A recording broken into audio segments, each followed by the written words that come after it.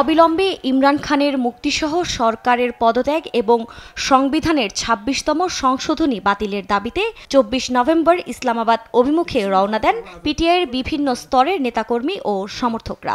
বিক্ষোভে পুলিশের ব্যাপক ধরপাকড়ের পর পালিয়ে যান আন্দোলন কর্মসূচির শীর্ষ দুই নেতা খাইবার পাখতুনখোয়ার মুখ্যমন্ত্রী আলী আমিন গান্দাপোর এবং ইমরান খানের স্ত্রী বুশরা বিবি। স্থানীয় সময় বুধবার হঠাৎই দলটি পিছু হটার ঘোষণাও দেওয়া হয়। প্রভাবশালী গণমাধ্যমের তথ্য বলছে, ব্যাপক ঢাকঢোল পিটিয়ে পিটিআই গেল ৪ মাসে অন্তত ৪ বার বিক্ষোভে নামলেও একবারও সফলতার মুখ দেখেনি। সবশেষ এই বিক্ষোভে নেতাকর্মী ও সমর্থকদের ব্যাপক ঢল নামলেও ২ দিনের মাথায় পিছু হটতে বাধ্য হন তারা। এরপর থেকে পাকিস্তান সরকার ব্যাপক চাপের মধ্যে পড়লেও আন্তর্জাতিক রাজনৈতিক অঙ্গনে পিটিআইয়ের ব্যর্থতা নিয়ে চলছে চুলচেরা বিশ্লেষণ।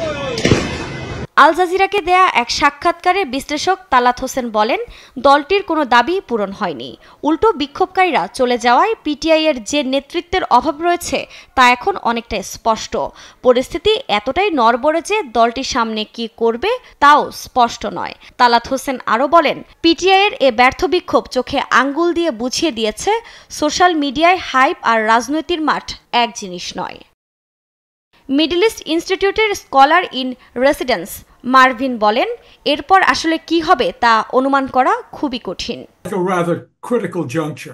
এটা কিভাবে সমাধান হবে তা অনুমান করা খুব কঠিন, তবে পুরোপুরি অপ্রত্যাশিত ছিল। তবে বুশরা বিবি এর আগে এসব কর্মকাণ্ডে জড়িত ছিল না, তবুও মিছিলের নেতৃত্ব দেওয়ার জন্য একটি ঝুঁকি নিয়েছিলেন তিনি। এদিকে ইসলামাবাদের একজন রাজনৈতিক পর্যবেক্ষক আহমেদ আজাজ বুশরা বিবি এবং গান্দাপোরের আকস্মিক প্রস্থান নিয়ে প্রশ্ন তুলে বলেন, তাদের কর্মকাণ্ড দলের মধ্যে বিভাজন আরও গভীর করবে। এমনকি তারা সমর্থকদের বিপদে ফেলে পালিয়েছে। তা দলের পরবর্তী পদক্ষেপে সমর্থকদের উপস্থিতি হুমকির মুখে ফেলেছে, যা দলটির জন্য বড় ক্ষতি হিসেবেই দেখছেন এই পর্যবেক্ষক।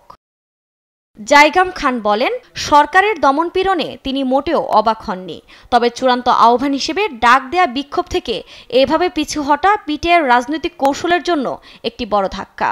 এমনকি ইমরান খানকে মুক্ত করতে বিক্ষোভ ডাক দেয়া দলটির জন্য আর সহজ হবে না বলেও মত অনেকের।